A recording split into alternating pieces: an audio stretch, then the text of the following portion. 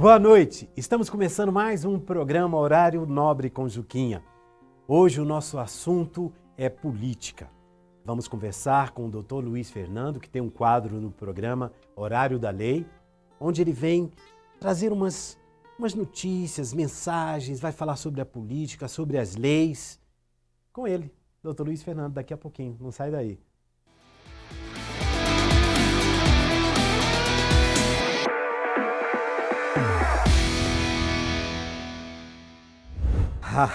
Ele já está aqui, doutor Luiz. Doutor Luiz, é interessante porque o senhor tem um quadro dentro do programa que é o Horário da Lei.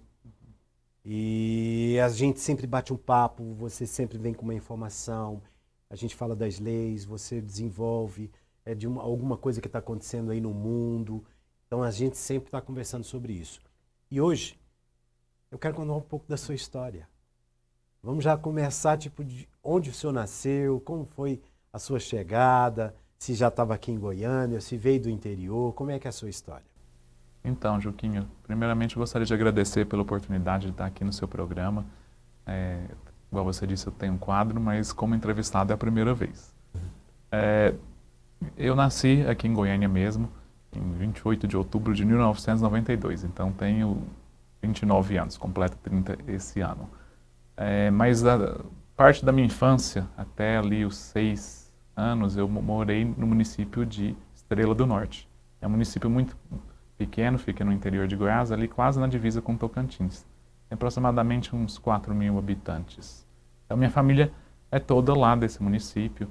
Meu avô foi fundador do município, então meus pais todos, tanto o pai quanto a minha mãe e minha família materna e paterna, sempre viveram ali no município de Estrela do Norte. Após os 6 anos, eu me mudei para Goiânia com a minha família, com os meus pais, mas sempre a infância eu passava em Estrela do Norte. Então, eu me considero goianiense, né, de nascimento, mas estrela nortense também, de coração, porque é um município na qual tenho minhas raízes e tenho ligações afetivas bastante fortes. É isso, essa é assim, onde eu nasci e fui criado. Que fui criado, né? Inicialmente, a minha primeira infância foi nesse município de Estrela do Norte. Ah, que bacana. E seus pais? Então, meus pais, como eu disse, também, ambos, o meu pai nasceu em Anápolis, também mudou-se para Estrela bastante jovem.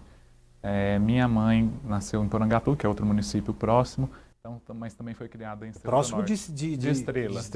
Que é bem longe daqui. É bem longe daqui. Aí Porangatu realmente está lá na divisa, é o último município antes do Tocantins, né? Antigamente era Goiás, né? Uhum. Na época Goiás e Tocantins eram Adoro apenas Porangatu. estados. Você conhece bem Porangatu. Tem um festival de teatro lá que chama Tempo. Uhum. É maravilhoso. Isso, a Lagoa, né? Apresentei durante muitos anos a Lagoa que tem ali. Isso, É uma cidade quente. Quente, bastante quente. O norte goiano é quente, quente, né? Mas a sua mãe ela, qual a área que ela trabalha? Então, minha mãe é... Seu pai e sua mãe? Minha mãe é terapeuta ocupacional. Ela se formou depois de mais velha. Ela tinha ali... Eu lembro, eu tinha 8, 9 anos e ia para a faculdade com a minha mãe. Então, acompanhava minha mãe na faculdade. Inclusive, antes de definir pelo direito, eu sempre quis ser médico. Então, inclusive iniciei há um tempo a medicina na Rússia, estudei durante 6 meses, depois retornei para o Brasil e comecei a faculdade de Direito. Mas o meu pai é administrador, minha mãe é terapeuta ocupacional, e meu pai foi servidor público durante toda a vida, né? Então, hoje eu tenho um grande carinho pelos servidores públicos, inclusive atuo nessa área. Você atua muito nessa área, né? Isso, defendo os servidores públicos, também pensando na história do meu pai como servidor público. Qual o nome do seu pai? Hélio. Hélio, doutor Hélio. Isso. Eu falo doutor para ter um filho doutor. Na verdade, eu não sou doutor, não. Eu sou seu admirador. Obrigado. Eu vejo no Luiz, um amigo, mas eu vejo o doutor Luiz como uma pessoa que está sempre à disposição. Eu vejo como o senhor trata, vou chamar de senhor, como o senhor trata os seus clientes, a forma como você conduz. Você cria um vínculo de amizade, de carinho. E e o profissionalismo que você tem, que eu acho que é incrível. E a outra coisa que eu acho também, a sua inteligência. Você consegue estar sempre em várias situações, você é um conhecedor, né? Mas aí você formou, né? E você também faz um trabalho na área política. Isso, eleitoral. Eleitoral. Minha área de especialização... Não política, eleitoral. Eleitoral. Minha área de especialização é direito público, que envolve ali, além do direito administrativo, na defesa dos servidores públicos, também o direito eleitoral e constitucional. Mas hoje, atualmente, eu atuo principalmente no direito eleitoral. Até porque estamos em período eleitoral, então tem tomado bastante meu tempo aí, estamos organizando. Não, quero saber de muita coisa, quero saber de muita coisa, muitas dessas leis, essas preocupações que a gente tem, né, doutor Luiz? Mas e essa história de não ser médico e virar o advogado? Partiu para a advocacia. Como é que foi isso? Como eu disse, até pela minha mãe ser terapeuta ocupacional, deu acompanhá-la na universidade desde quando eu era criança, tinha ali 8, 9 anos, acompanhava as aulas dela, participava, eu tinha essa ligação com a área médica, né? Então eu queria ser médico. E aí acabou, eu terminei o ensino médio, decidi por estudar medicina lá na Rússia, estudei 6 meses, mas decidi retornar ao Brasil e aqui ingressei na faculdade de Direito e me apaixonei pela profissão. Então hoje acho que o direito faz parte da minha vida. Igual você disse, eu procuro sempre ter um relacionamento muito bom com os meus clientes e muitos acabam se tornando amigos. É claro que a gente separa essa relação profissional de amizade, mas a gente, eu particularmente, muitas vezes desenvolvo esse relacionamento extra-profissional e que ultrapassa ali os limites do escritório, passa assim ter vários clientes como amigos. Mas o que é mais importante, você não deixa de levar a verdade do seu cliente, né? É isso que eu acho aí que vem o profissional. É você entender o lado humano, porque todos nós temos os nossos defeitos, né, doutor Luiz? E geralmente muita gente não sabe, nem imagina o poder que ela tem quando se trata de leis. Ele não vai buscar o recurso, ele não vai lutar pelos seus direitos, porque ele não conhece e acha que é impossível, né? Até mesmo quando eu vejo alguém que vai entrar na justiça contra uma empresa muito grande, ele já entra com o pensamento, já perdi, né? E às vezes pode não acontecer isso, né? Eu sempre falo que a importância do direito é justamente essa, de possibilitar que as pessoas busquem ali de fato os seus direitos e procurem entender que não há causas perdidas e nem causas ganhas, até por isso o direito, a advocacia é uma profissão de meio, ela não é uma profissão de fim, você não tem como prometer para o seu cliente um resultado, nem positivo nem negativo. É claro que quando chega demandas, por exemplo, no meu escritório, eu consigo fazer a avaliação da possibilidade de êxito. E eu sempre coloco ali, deixo muito claro para o meu cliente quais são essas possibilidades, mas eu costumo pegar uma causa como se fosse minha. Eu sempre falo, olha, se eu não consigo defender os meus direitos, como eu vou defender os dos meus clientes? Então, para mim, uma causa do meu cliente é uma causa minha. Ela se torna uma causa pela qual eu vou lutar, vou defender até o fim.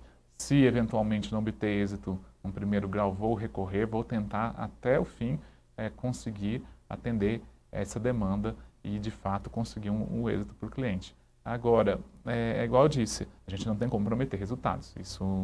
Quem promete resultados dentro do direito não está falando a verdade, não está sendo ético com o seu cliente, tá? A gente consegue ali avaliar as chances de êxito da demanda com base em decisões anteriores, com base na própria legislação, mas eu confesso a você, Joaquim, que eu já fui surpreendido positivamente em demandas que eu não tinha. Não acreditava tanto que a possibilidade de êxito eram grandes e obtive êxito. Em outras que às vezes eu tinha certeza, assim, claro, fazendo uma avaliação prévia, uma chance alta de êxito e não obtive. Então, assim, isso acontece muito dentro do direito, tá? Então, e eu acho isso muito interessante dentro da profissão. Muitas vezes você ali acreditar na causa, você acaba transformando uma causa que seria inicialmente perdida e uma causa que você obtém a vitória. Muito bacana isso, né? E acaba sempre um desafio. Sim, sempre um desafio. É isso que é interessante da profissão, você se desafiar todos os dias. Cada vez que um cliente me procura um escritório com uma demanda, é um desafio novo que surge. Então, assim, mesmo que sejam causas de temas que eu já atuei anteriormente, é uma causa nova, porque tem as peculiaridades, igual você disse. Quando o cliente chega, a gente ali procura ter esse relacionamento com o cliente e ter o lado humano, de entender que ali aquela angústia dele, aquele sofrimento, aquele problema, aquela dificuldade que ele está passando, a gente pode possibilitar que isso seja resolvido. É claro que a gente, não, igual eu disse, não tem como garantir, mas a gente vai lutar até o fim. Eu sempre deixo claro para o meu cliente, a luta pela sua demanda, pela sua causa vai até o fim e eu vou, de fato, procurar possibilidades de auxiliar na resolução. Mas, infelizmente, como não depende exclusivamente do profissional, mesmo o profissional mais diligente, muitas vezes isso não é possível. Tá? Eu falo que é importante que a gente fale a verdade. Não minta, não omita para o cliente. Fale para ele de fato o que está acontecendo, dê informações e mantenha ele informado. Porque, igual eu disse, muitas vezes a causa no direito, o advogado ele lida com 3 princípios básicos. Assim como na medicina a gente lida com a vida, no direito a gente lida com a liberdade, algumas vezes, que atua principalmente no direito criminal, com o patrimônio e com a honra. E isso são princípios fundamentais do ser humano. E por isso a gente tem que ter essa sensibilidade, entender a importância desses princípios para o cliente. Então, e a luta tem que ser frequente, tem que estar sempre ali procurando se atualizar para conseguir obter um resultado super favorável. Importante. Até mesmo que tem situações que o cliente é massacrado. Exatamente. Por ele não conhecer as suas leis, os seus direitos, as pessoas chegam a colocar a pessoa numa condição humilhante. Né? E aí entra essa parte de você esclarecer. Nem tudo a gente obtém o sucesso. Claro, é óbvio isso. Mas existe a possibilidade de se estudar aquele caso, aquela história, né? E achar um caminho e sair em defesa dessa pessoa. Mas eu quero te fazer uma pergunta. Você é um jovem, tem 29 anos, eu falo que você é como é que chama? Um estudioso, né? Um estudioso da advocacia. Como é você navegar, você tem ali o seu, como é que chama isso, o que você defende, o trabalho que você faz é na área eleitoral, né? Mas você conhece de vários assuntos dentro da advocacia. Né? Para você continuar assim, qualquer outro advogado ou jovem, não só na advocacia, mas em qualquer profissão, vem um estudo. Dedicação. Você sempre está estudando e a dedicação. Você sempre está ali pesquisando. É o seguinte, Juquinha, a minha área de atuação, minha área de especialização é o direito público, em especial o direito eleitoral dentro do direito público. Em relação a outras áreas, é igual fazendo um panorama com um médico. Médico, quando ele se forma, é clínico geral. Então, o advogado ele tem noção geral de todas as áreas. Porém, é importante que dentro da profissão você se especialize para que você possa, de fato, ofertar a melhor serviço, a melhor qualidade do serviço para o seu cliente. Então, assim, em que pese a gente ter um conhecimento geral de todas as áreas, é importante que o profissional se especialize e busque ele estar sempre se atualizando naquela área. Especialmente no direito eleitoral, a gente fala que nenhuma eleição é igual à outra. Isso acontece porque, por exemplo, nós não temos quadro próprio de juízes. Os juízes eleitorais são juízes locais das comarcas e, por exemplo, no tribunal tem uma composição diversificada, mas de 2 em 2 anos tem uma alteração no quadro de juízes e isso impacta nas decisões. Então, o advogado que não atua nessa área, ele acaba ficando para trás, porque cada eleição é uma decisão nova, é uma forma diferente que o tribunal interpreta, são resoluções novas que o Tribunal Superior Eleitoral edita, então é importante estar sempre ali se atualizando, procurando novos conhecimentos e aprofundando mais os estudos naquela área. Eu acho isso impressionante, porque eu sou um artista. Claro que eu busquei, ao longo da minha carreira, eu sempre busquei conhecer melhor a interpretação, estudar as histórias, né, para você, de repente, você vai viver, mas o teatro me ensinou muito. Ele me deu esse caminho, né? A gente acaba dentro do teatro, você pode ser o advogado, pode ser o médico, pode ser e tal. Mas até mesmo para você desenvolver uma personagem dessa, você tem que fazer um estudo daquele personagem, né? Eu acho interessante essa competência que o senhor tem de estar sempre ligado em todas as áreas, né? Uhum. Mas o senhor falou aí da política. Uhum. Nós estamos um ano Eleitoral. político, um ano eleitoral. Ano político não, um ano eleitoral. A possibilidade de crimes e coisas que acontecem é muito grande. Né? Das pessoas ofenderem, um candidato ofender o outro, de usar uma expressão ou dar título ao outro com nomes assim muito pesados, né? Uhum. O senhor que acompanha esse trabalho, pergunto primeiro, como o senhor, advogado, né, da lei eleitoral, como o senhor está enxergando esse processo nosso desse ano? Então, Juquinha, assim como todas as eleições, eu sempre procuro, para todos os candidatos que vêm até meu escritório, que vêm conversar comigo, explicar como funciona uma eleição do ponto de vista jurídico e, eventualmente, alguns conhecimentos práticos do que a gente observa. Claro que eu nunca fui candidato, então eu não posso falar como candidato, até porque é uma experiência que eu não tive ainda na minha vida, mas com base O senhor pensa em ter essa experiência? Já aproveitar essa oportunidade? não posso falar nem que sim, nem que não, é algo que assim, não passou pela minha cabeça, pelo menos por enquanto, tá? Então, mas eu não posso descartar também. Agora, em relação a essa questão jurídica, igual eu disse, eu falo para os candidatos que é importante você conhecer as regras do jogo para poder participar do jogo. E qual que é a minha função enquanto advogado? Apresentar quais regras o jogo tem. E eu trabalho muito com prevenção. Eu profiro palestras no estado todo, explico para candidatos, para outros profissionais que vão atuar na área eleitoral, não somente os candidatos, mas assessoria, eventualmente contadores, a importância, por exemplo, de uma prestação de contas durante as eleições. Mas essa eleição em específico, eu até tenho comentado com outros colegas que atuam também na área do direito eleitoral.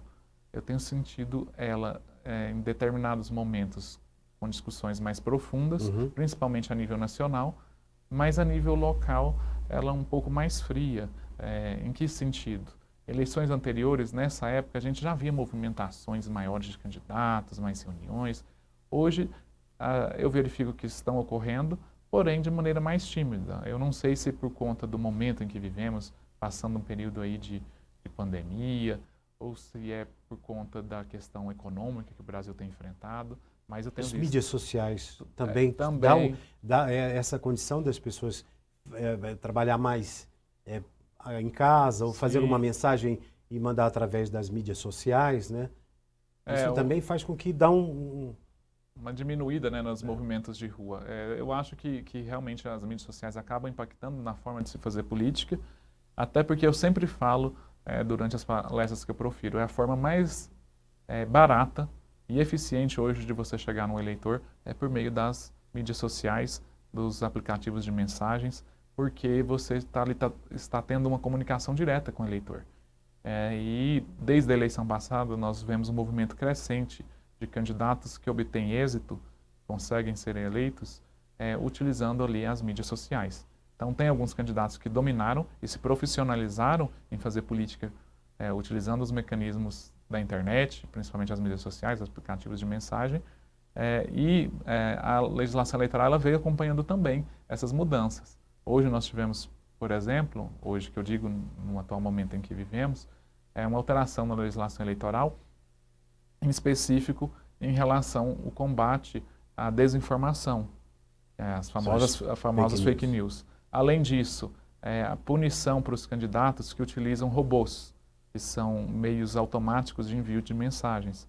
Nós tivemos um problema bastante discutido durante as eleições de 2018 e que a legislação eleitoral veio verificando essa dificuldade e o Tribunal Superior Eleitoral também, em relação a esses avanços tecnológicos, apresentou-se punições para quem comete irregularidades no uso de ferramentas e no uso das redes sociais nas campanhas eleitorais, porque houve uma limitação muito grande da propaganda eleitoral nos meios impressos, na rua propriamente dita. Eu cito um grande exemplo. Antigamente era muito comum os carros de som volante, ficavam tocando aquela musiquinha chata. Hoje já é proibido. Aquelas musiquinhas. Sim, as pessoas reclamavam. As pessoas ficavam, pô, isso, que barulho é esse? isso. Pô, esse cara Você ficava deixou... repetindo, né, várias vezes o jingle dos candidatos, mas hoje, por exemplo, é proibido o uso do carro de som volante, a não ser em carreatas, passeatas, comícios e reuniões.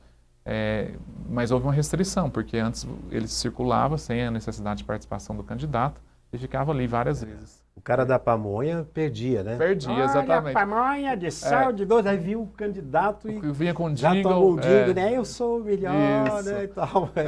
Eu lembro muito bem disso. A gente já está terminando esse primeiro bloco, doutor Luiz.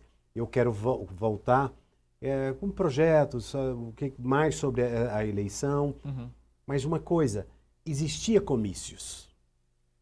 Né? Existia o artista. O artista era contratado. Showmício, né? Showmício, Isso. comício não, mas showmício. O artista era contratado para fazer as campanhas. Eu mesmo apresentei muitas. Eu era o locutor oficial, fui o locutor oficial de muitos, né, nessa história. Eu apresentava as atrações e tudo. Isso já é também proibido. E vamos tocar nesse assunto. Tá bom. E a outra coisa das agressões, doutor Luiz. Essa política está ficando pesada. As pessoas estão dando títulos e nome para as pessoas muito... Há uma guerra entre as pessoas, né? Daqui a pouquinho a gente volta com o doutor Luiz com mais desse assunto política. Já eu volto. Não sai daí.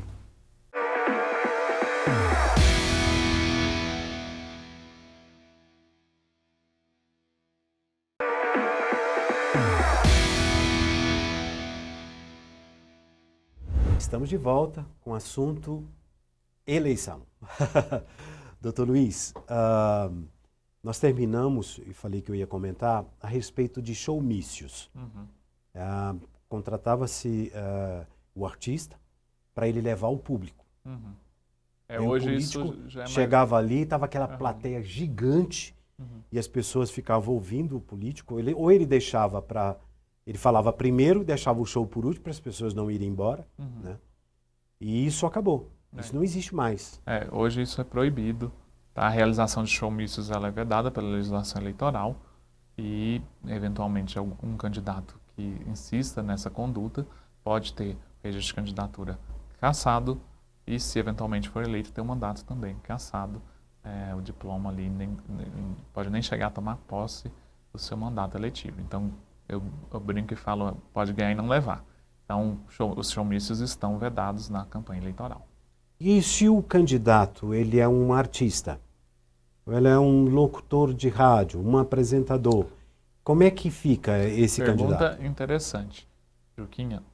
Ele pode continuar exercendo sua atividade profissional, mas sem vincular as eleições.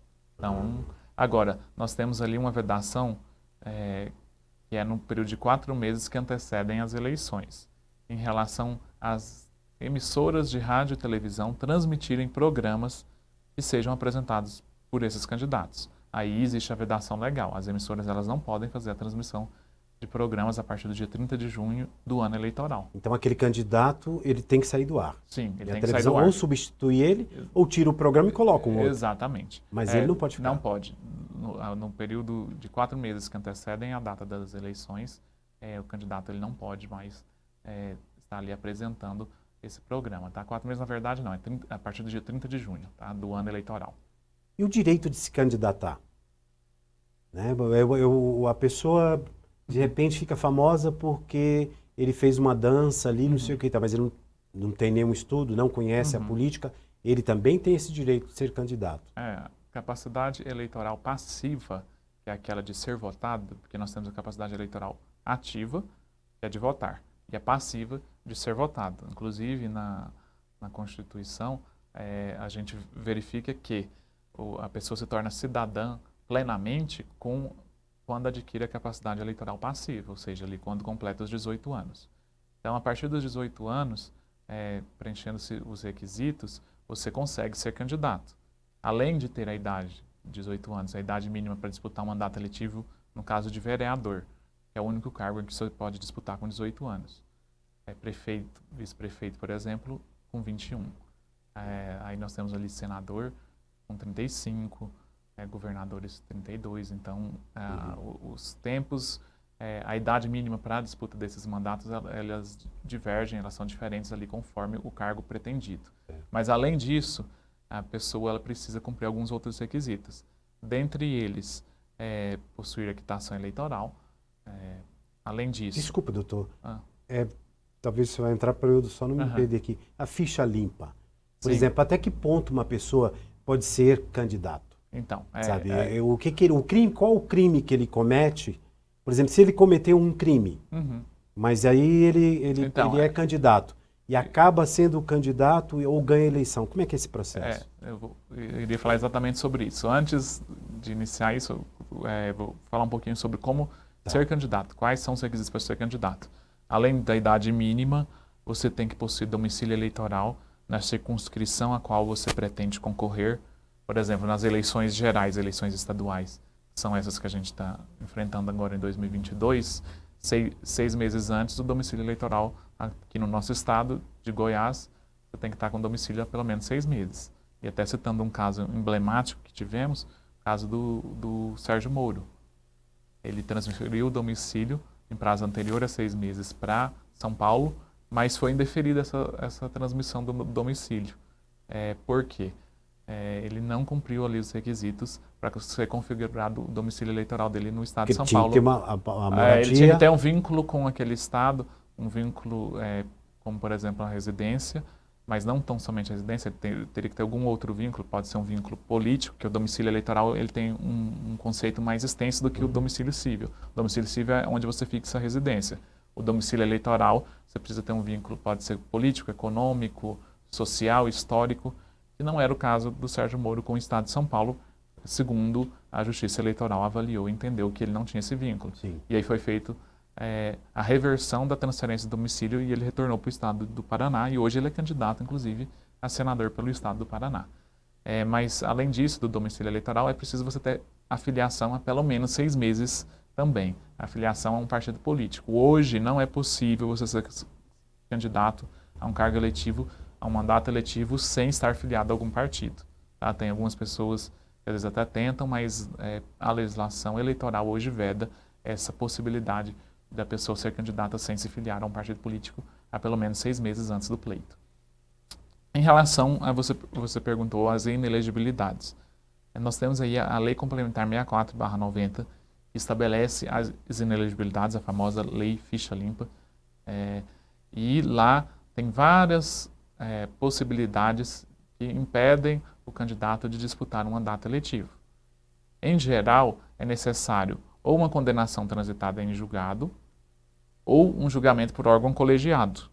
E tem lá as definições dos crimes, por exemplo, crime doloso contra a vida, crime contra o patrimônio público. Então tem lá quais crimes que geram a inelegibilidade. E se o processo estiver correndo, ele pode ser candidato? É igual eu disse, se houver o trânsito em julgado, não.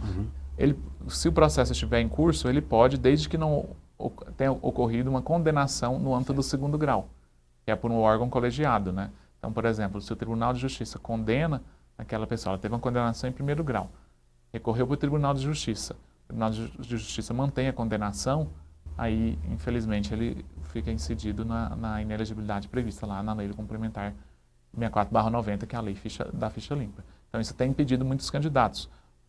Está em discussão, esteve, na verdade, no início do ano, e ainda tem muitas discussões jurídicas em relação ao prazo dessa inelegibilidade.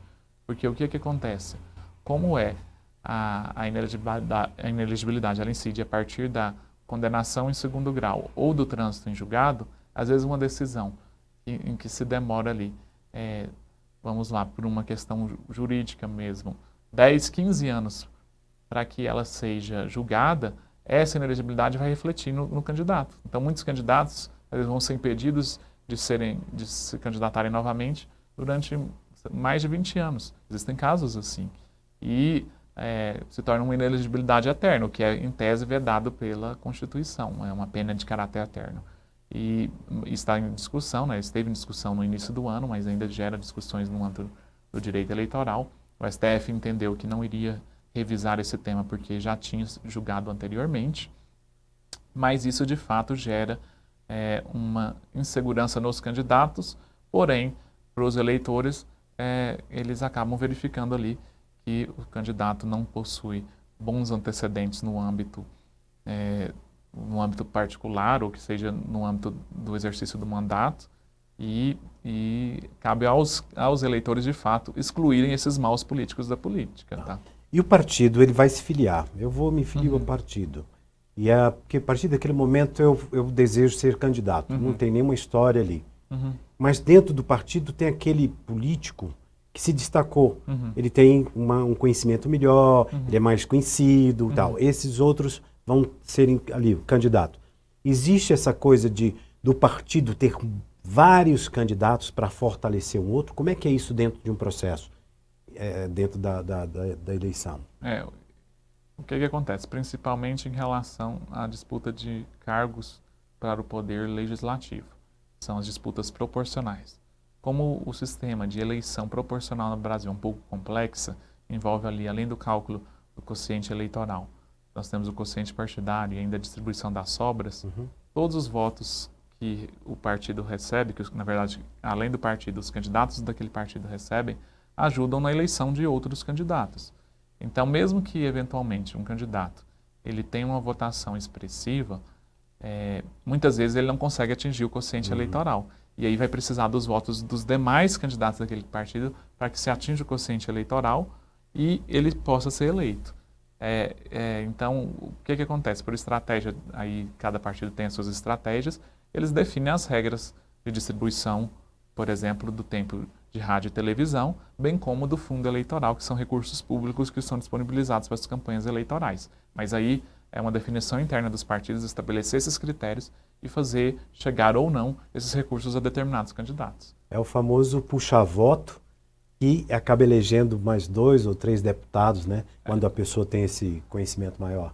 Isso ainda acontece, tá? Em que pese a legislação eleitoral, ela teve um avanço em relação a esse ponto para tentar barrar esses famosos puxadores de votos, mas isso ainda é possível que algum puxador de voto acabe elegendo aí outros candidatos, e aí a gente tem casos bastante emblemáticos, como por exemplo o Enéas, que é sempre citado porque ele conseguiu ali eleger candidatos a deputados federais eleitos pelo Estado de São Paulo com um pouco mais de 1.000 votos, que é um número bastante pequeno em relação ao eleitorado de ser eleito deputado federal pelo Estado de São Paulo. Além disso, nós tivemos um caso aí na eleição passada, candidata a deputada estadual, com a maior votação da história, mais de 4 milhões de votos. Então, a deputada estadual por São Paulo, que foi a Janaína, ela tem mais de 4 milhões de votos a deputada estadual. Então, nenhum candidato a federal chegou nem próximo disso. Então, é uma votação bastante expressiva. Ela sozinha arrastou lá, eu não sei a quantidade exata, mas foi mais de 10 deputados junto com ela. Então, porque a votação dela foi extremamente alta. E aí há uma briga de partidos, né? E aí os vamos cooptar aquele... Exatamente, eles querem os candidatos que têm um potencial eleitoral maior, né? Não importa, não tem nada a ver o que a gente está falando das leis, mas que vê a cabeça aqui, não importa a inimizade do passado. A ideologia. Eles acabam se encontrando, né? Para ter essa relação política que, para mim, é triste. Mas, doutor Luiz, hoje nós estamos chegando próximo das eleições. E a cada dia eu percebo, eu acompanho muito, vejo os políticos criando uma relação de ódio um do outro. E as pessoas, eu estou vendo famílias que estão brigando, sabe, irmãos, amigos que brigam por conta da política. Mas brigas assim terríveis, né? Em função de alguns líderes, isso é a minha visão, de alguns líderes que dá título ao outro e eles provocam uma guerra. E nessa guerra vem, você é isso, não vou falar nomes aqui, mas você não vale isso, você é aquilo, você não sei o quê. Isso, dentro do processo eleitoral e dentro da justiça, não é fácil. Né? Exatamente, Juquinho. O que acontece? Por conta do acirramento da disputa eleitoral, os candidatos acabam ali, diante dos resultados nas pesquisas eleitorais, bem como ali as ideologias defendidas, tendo esse embate. Esse embate que deveria ser só do ponto de vista ideológico ou das propostas, acaba ultrapassando e indo, inclusive, para casos tristes como, por exemplo, homicídios, acontecendo por conta de questões eleitorais. Isso já acontecia antes, tá? Mas, igual você disse, o que nós temos percebido é um acirramento, diante do acirramento da disputa eleitoral, os casos se tornarem mais frequentes. A gente via isso muito em municípios menores, porque como tinha uma relação de proximidade muito maior, uma cidade pequena, por exemplo, na minha cidade já aconteceram homicídios relacionados a questões eleitorais. Mas isso tem se espalhado pelo Brasil. Isso é triste para a democracia, porque a democracia ela vem para oportunizar com que o debate de ideias, o debate de projetos aconteça, mas de forma saudável, sem que isso se torne uma guerra. Essa guerra ela não pode acontecer porque traz um prejuízo para a sociedade. Além disso, causa impactos que vão causar um prejuízo muito grande para as pessoas que estão participando do processo eleitoral, inclusive para a própria justiça eleitoral. Uma das grandes lutas da justiça eleitoral é diminuir, impedir a ocorrência da violência política e, mais do que isso, também esclarecer e levar ao eleitor o conhecimento em relação ao funcionamento do processo eleitoral para que informações como, por exemplo, que a urna é fraudada, não continuem acontecendo e sendo repassada como se fossem verdade, sendo que jamais ocorreu qualquer tipo de comprovação em relação a esse ponto em específico. E quando há uma discussão, por exemplo, das fake news, né? As pessoas estão agredindo uma outra através dessa coisa chata aí. O cara agride, né, leva uma informação, né? Como é que se faz para que essa informação é séria ou não, ela é mentirosa, ela prejudica? Esse andamento também está muito sério dentro da campanha política, né? Está, e a Justiça Eleitoral, a própria OAB, tem se debruçado sobre esse tema, tem se criado, além de ferramentas que possibilitem a verificação dessas informações, se elas são falsas ou não. A OAB criou ali uma comissão, que é a Comissão de Combate à Desinformação Eleitoral, para que verifique-se junto às fontes adequadas, às fontes confiáveis, às fontes fidedignas, as informações que são repassadas. E a legislação eleitoral veio também punindo candidatos que espalhem fake news. Nós tivemos até um caso emblemático recente de um deputado estadual pelo estado do Paraná que foi cassado por conta de ter espalhado fake news, ter falado sobre fraude nas urnas eletrônicas, sendo que é um grande questionamento que eu faço. Muitos desses candidatos que questionam a confiança nas urnas eletrônicas, eles foram eleitos pelas urnas. Então, esse candidato em específico, pelo estado do Paraná, deputado estadual, teve mais de 400 mil votos. A maior votação da história do estado do Paraná para deputado estadual, mais de 400 mil votos, e questionando a confiança nas urnas eletrônicas. Né? Nós somos muito complicados, né, doutor Luiz? O ser humano é muito complicado.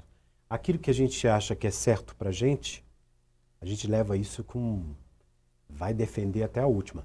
E muito se defende um candidato que ele, de repente, tem ali os seus crimes, não é um bom político, foi sempre, saiu fora, é um político fora das leis, né? E ele tem esse poder de levar a gente, polarizar, a tal da polarização.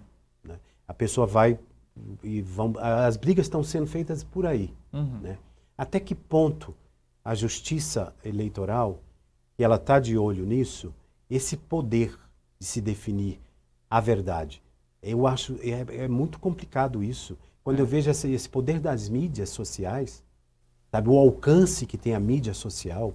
Eu sempre falo, inclusive numa preparação para uma campanha eleitoral, é difícil para nós profissionais do direito quando nos deparamos com esse tipo de situação.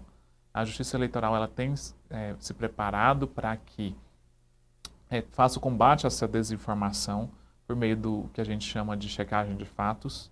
E aí, a partir do momento que são apresentadas informações que são suspeitas de serem verídicas, é feita essa verificação com apoio, inclusive, dos órgãos de imprensa, para que essa informação chegue de maneira verídica e adequada para o eleitor. Para o eleitor não ficar com esse acesso à informação falsa. Mas durante uma campanha eleitoral, onde acontece tudo de maneira muito dinâmica, então os prazos são muito exíguos. Por exemplo, a eleição vai acontecer no dia 2 de outubro. O período eleitoral começou-se no dia 16 de agosto. Quantos dias mais ou menos? 45 dias. 45 uma das dias. campanhas mais curtas desde 1990 no Brasil. Então, aproximadamente 45 dias.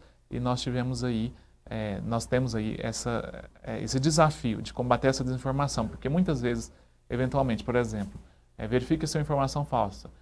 Propõe-se uma representação contra essa informação falsa, para retirar dela do ar. Isso já passou ali 20, 30 dias de campanha, o dano já foi causado. Já foi causado. Ali o candidato que foi prejudicado por essa informação falsa, possivelmente não vai conseguir reverter esse dano. E aí acaba ficando prejudicado. E como fica a situação de quem trabalha nas eleições, a justiça, por exemplo, a imparcialidade, né? Ser imparcial. Como defender um processo eleitoral sem ser parcial. O meu político é esse, então eu vou fazer tudo para que ele tenha isso. Isso é complicado também, né? Isso aí já vem em relação ao ser humano, né? É claro que o magistrado, por exemplo, ele tem a obrigação de ser imparcial. Nós, como profissionais, eu em especial, como advogado, nós defendemos ali os nossos clientes, mas é sempre importante deixar claro que a nossa defesa é dos direitos. Tá? A gente defende os direitos dos nossos clientes. Não é posições específicas dos clientes. Não é porque eu defendo X, deputado X, ou prefeito X, governador X, presidente X, que eu apoio integralmente as ideologias que ele defende. Não é assim. A gente precisa separar essa questão profissional e isso tem que ser muito deixado bem claro para a população. A justiça eleitoral, ela não toma partido de nenhum lado. Qual que é o interesse da justiça eleitoral? É em defender a integridade e o funcionamento normal das eleições. A gente não pode ficar se colocando como se tivesse um lado dentro da justiça eleitoral. Isso não acontece. Eu enxergo isso uma dificuldade tão grande, porque o próprio eleitor, quando vê o seu candidato ou o candidato passa que está sendo julgado por uma forma errada, ele vai entrar em defesa daquele e vai condenar a própria atuação justiça. da justiça. É importante também para que esses eleitores analisem e verifiquem por que o candidato está sendo condenado, por que o candidato está sendo julgado. Olhem o processo. Estude, direito, né? Caso não tenha esse conhecimento, procure quem saiba, né, para poder explicar. Doutor Luiz, adorei esse nosso papo. Eu tirei minhas dúvidas, sabe, que a gente fica com as dúvidas. E mais importante, para quem está em casa, não entende muito disso. Fica, né, e agora ele vai ter Você esclareceu isso. Obrigado. Sabe? Muito bacana, mas é muito curto o programa. A gente, mais na frente, eu quero fazer uma outra para a gente tratar sobre isso. Mas vamos deixar mais para frente, mais próximo. Eu quero um outro bate-papo com o senhor. O senhor pode deixar um recado para quem está em casa aí, doutor Luiz? A respeito das eleições? Claro. Primeiro, não deixem de votar. Gostaria de deixar isso claro para os telespectadores que nos acompanham aqui o programa Horário Nobre com Juquinha. As eleições esse ano ocorrerão no dia 2 de outubro, primeiro turno. É importante a participação de todos, mesmo que eventualmente você não esteja satisfeito com os candidatos, com as posições, com as ideologias colocadas, você precisa manifestar isso por meio do seu voto.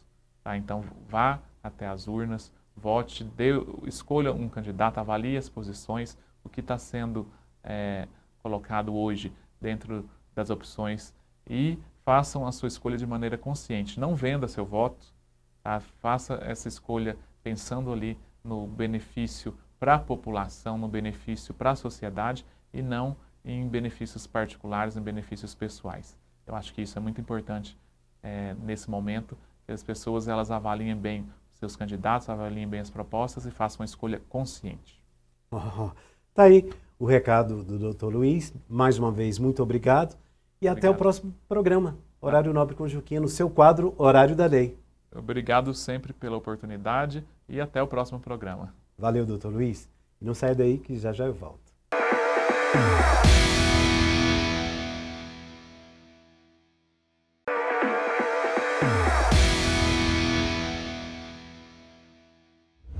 Estamos terminando mais um programa Horário Nobre com Juquinha. Quero agradecer à TV Gazeta, a toda a sua equipe, ao SESC, que faz um trabalho maravilhoso para as pessoas. SESC, muito legal na música, nas empresas, é um negócio assim lindo de se ver. Muito obrigado pela parceria e pelo apoio.